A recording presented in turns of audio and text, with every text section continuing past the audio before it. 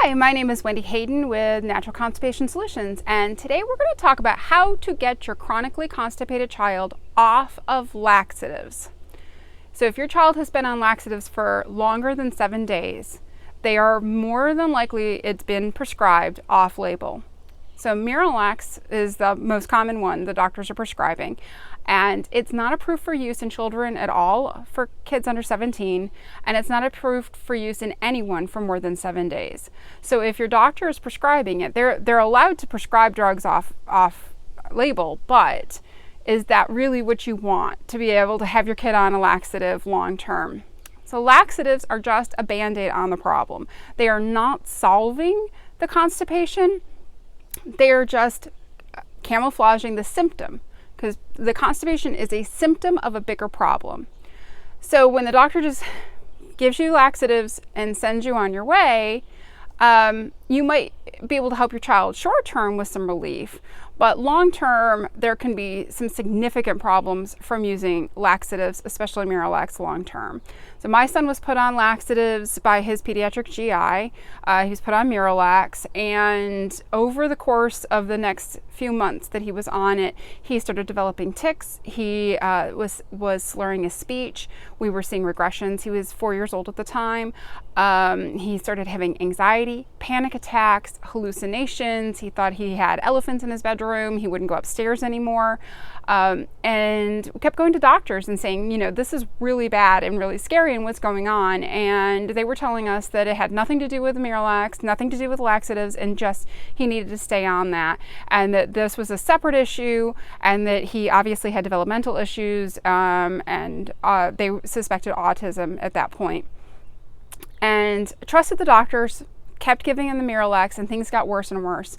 And he started having gut pain that would double him over before he would have a bowel movement, and he would be crying. It was horrible. And I decided I needed to see if it was the Miralax that was doing these things.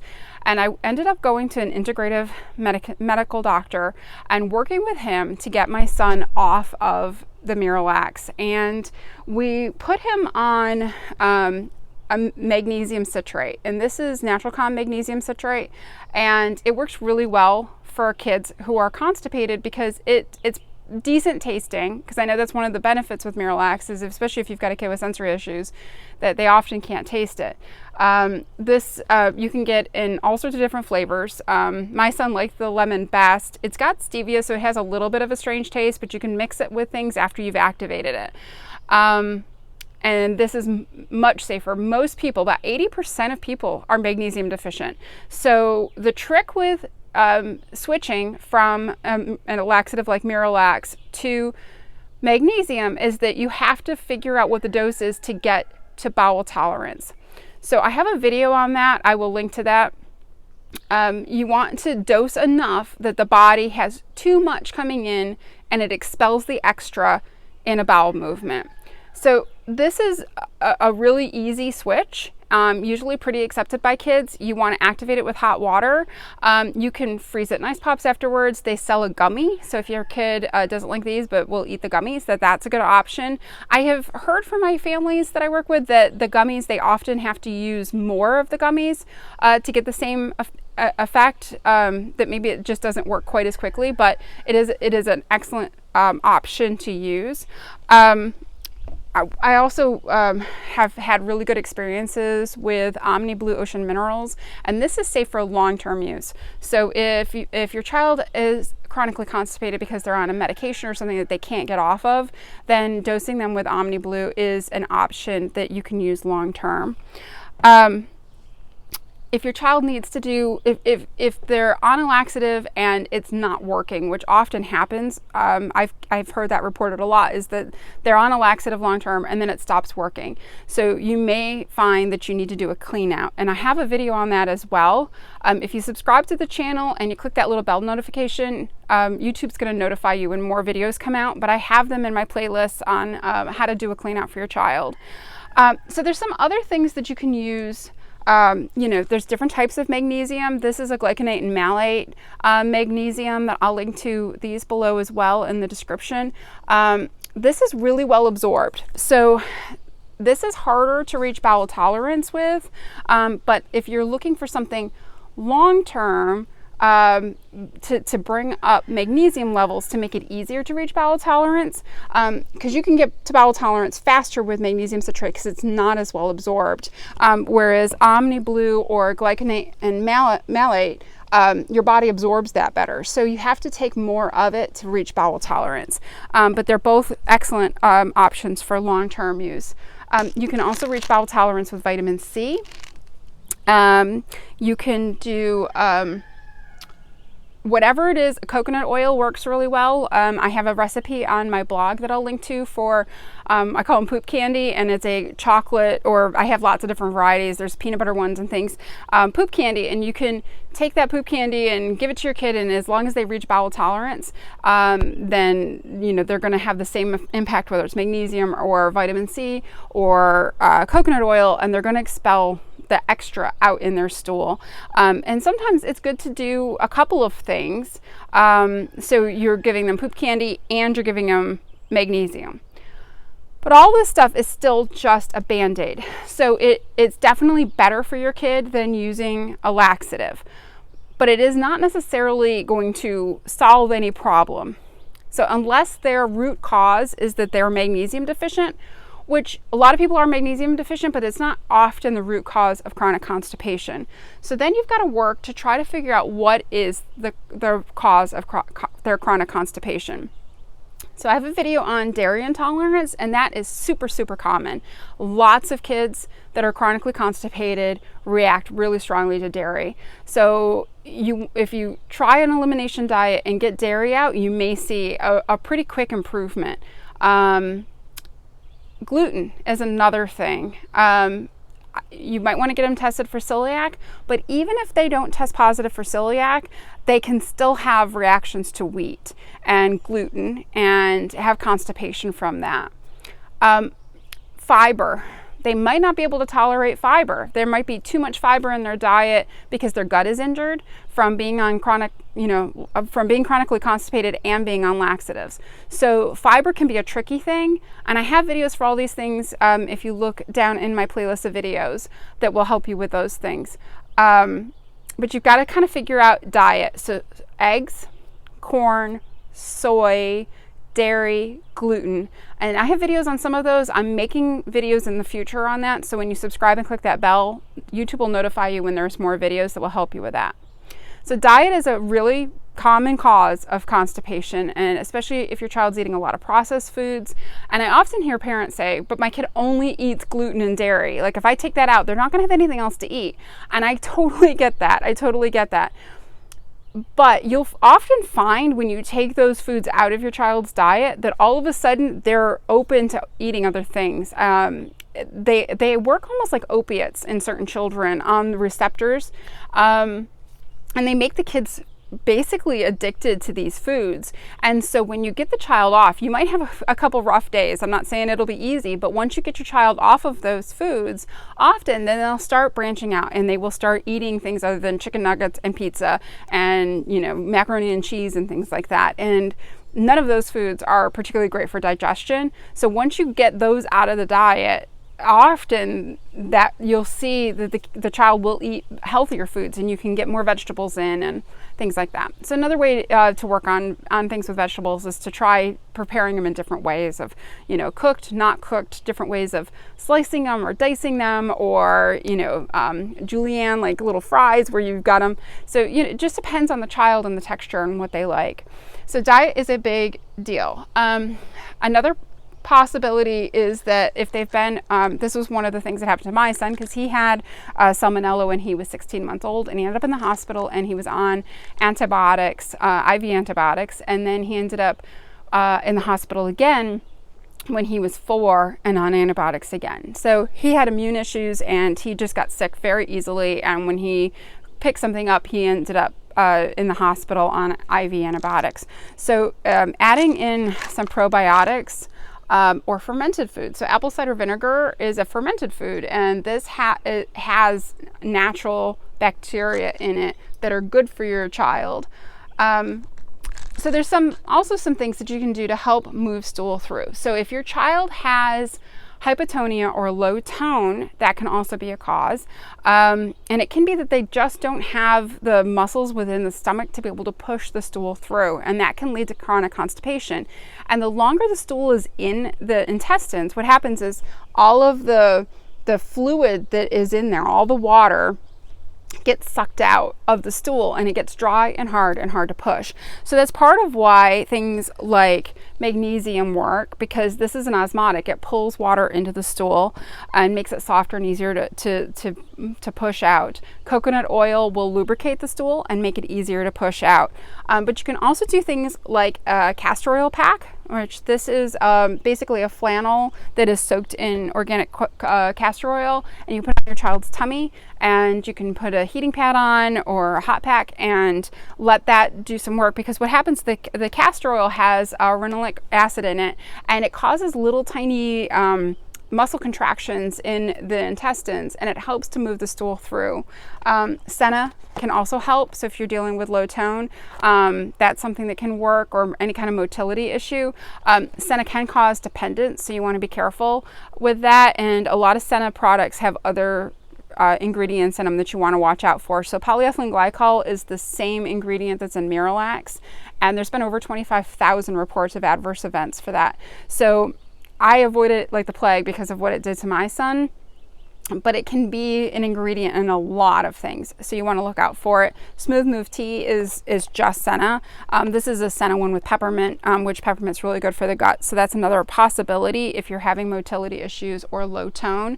I also, you can make magnesium cream, or you can buy a magnesium cream, and you can do a massage on your tummy, the child's tummy. So you start basically with a flat hand at the belly button, and you're going to do just gentle pressure, and you're going to work around their belly button, and you're going to keep massaging until you get all the way out to the outside, and you're kind of helping to move that stool through their intestines. So that can help a lot.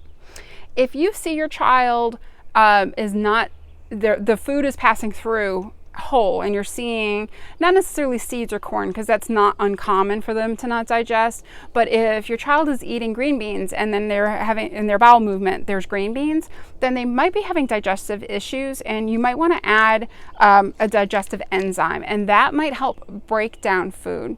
So one of the things with your digestive system is you actually start digesting your food almost before you even eat your food.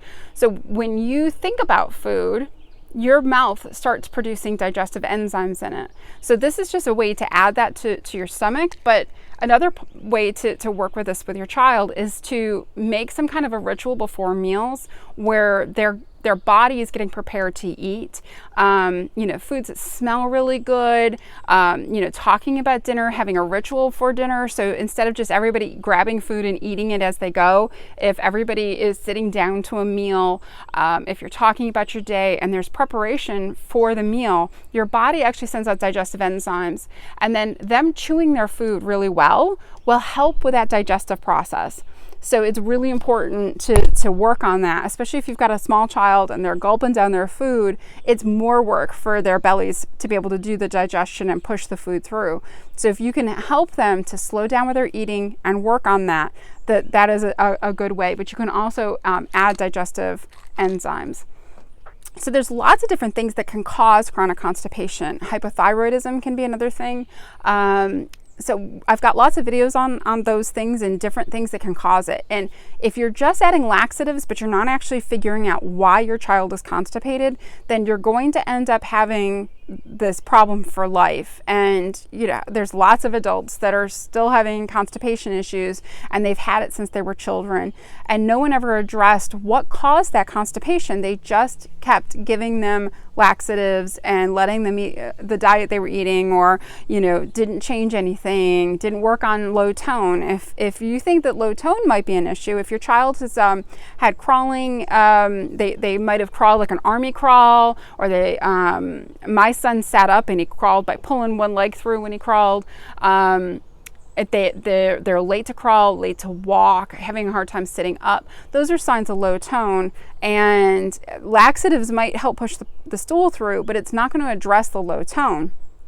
So getting an occupational therapist to do an evaluation of your child might help if those are things that you see. I have another video on low tone that I will link to that you can check out. And working on those things can really make a difference. And sometimes it's not just one thing. So with my son, he had megacolon, which a congenital megacolon, so the nerves hadn't traveled down through his intestines properly into his colon, so he wasn't getting the signal even as a baby when he needed to go. He was dairy intolerant. He was celiac, that we discovered that after his first hospitalization. He had low tone, and because of the antibiotics, his gut bacteria was all messed up. And then adding in the Miralax, which basically just eradicated all the gut bacteria that he had, it took a long time and a lot of work to bring up his gut bacteria. And we ended up having to do a lot of work to heal the damage from undiagnosed celiac disease. We had to work to undo the damage from the laxatives and heal all this stuff. So it's also important, once you kind of get a routine and you're figuring out the root cause and you're getting your child to have a daily bowel movement, because they should be having 1 to 3 bowel movements a day. So if your child is missing 1, 2, 3 days, or they're only going once a week, then you've got to step up whatever your intervention is, whether it's the Natural Magnesium or Omni Blue or vitamin C. You got to step that up until you reach bowel tolerance. And you get them so they are having a bowel movement 1 to 3 times a day. They should be relatively formed bowel movements, but in the beginning, especially if your child's been chronically constipated, you may need to have it soft enough that they're not resistant to push out the stool and have it easier for them to go. Once you start getting that worked out, you want to work on healing the gut. So the probiotics we talked about, that is a good way, working on getting the bacteria back in the digestive system. Taking your child outside. We're in air-conditioned houses and air-conditioned school buses and air-conditioned schools and air-conditioned daycares and air-conditioned everything. And so we're not exposing our children to the variety of bacteria. So maybe start a garden, have them play in the soil, eat, if you grow cherry tomatoes or berries, and you let them just eat them right off the plant. That is really a good way. They're getting healthy bacteria. Fermented foods are another good way. As I said, this is a fermented apple cider vinegar that has natural bacteria in it. But you can make your own fermented foods. I have lots of recipes on my website, naturalconstipationsolutions.com, for fermented foods that are kid-friendly. Also, taking them to the beach, taking them to national parks, taking them to state parks, taking them to the lake, those kinds of things, take them to the desert. Every environment you take them to, you're going to expose them to different bacteria.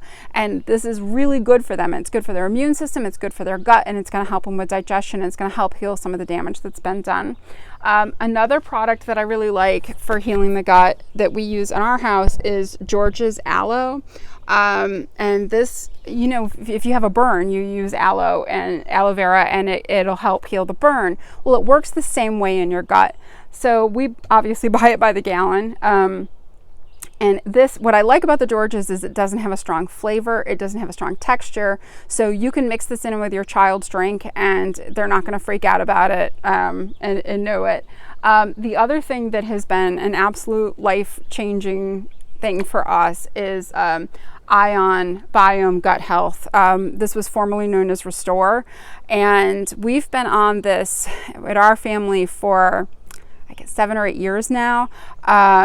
My husband's got Crohn's disease. My son actually is not taking it regularly anymore because he's doing so well, he doesn't need it. But my husband has had it because of all of his stuff that he has. This has just been amazing. And what this does is this seals the tight junctions in between the cells in the leaky gut.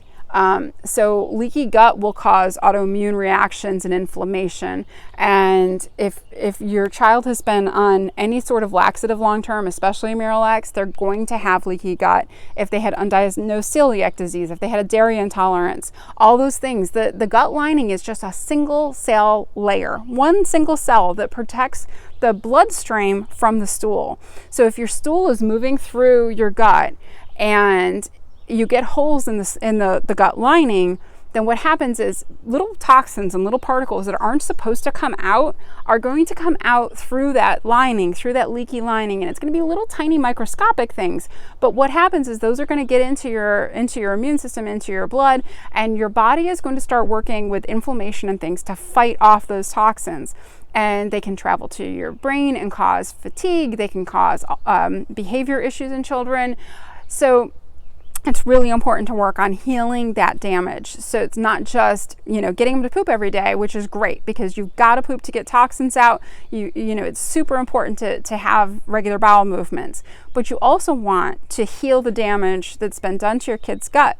And once you heal that damage, often, you're not going to be dealing with chronic constipation ever again because you've addressed diet, you've got them on a daily routine, and now you've healed the damage that was done. And like for the example with my son, he was in really bad shape, and over working through all of these things, he does not need any interventions. His gut's doing great. He never gets sick.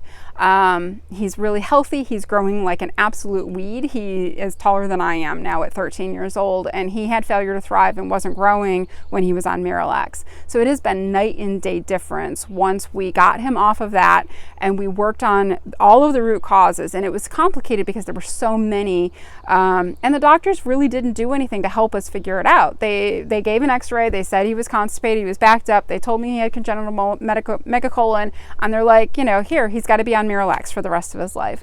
And it took years of working through all this stuff, finding an integrative or a functional or a naturopath doctor that you can go to that can help you find the root cause.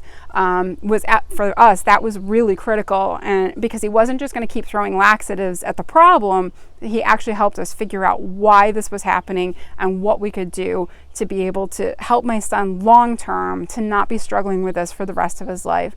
So I'm sure, there may be times where, he's a kid, he's going to, eat something that he isn't supposed to, and he's going to have problems again because it's going to be kind of an Achilles heel because of the congenital megacolon. But generally, he does really great, and your kid can do that too. I have a Facebook group, Natural Constipation Solutions on Facebook.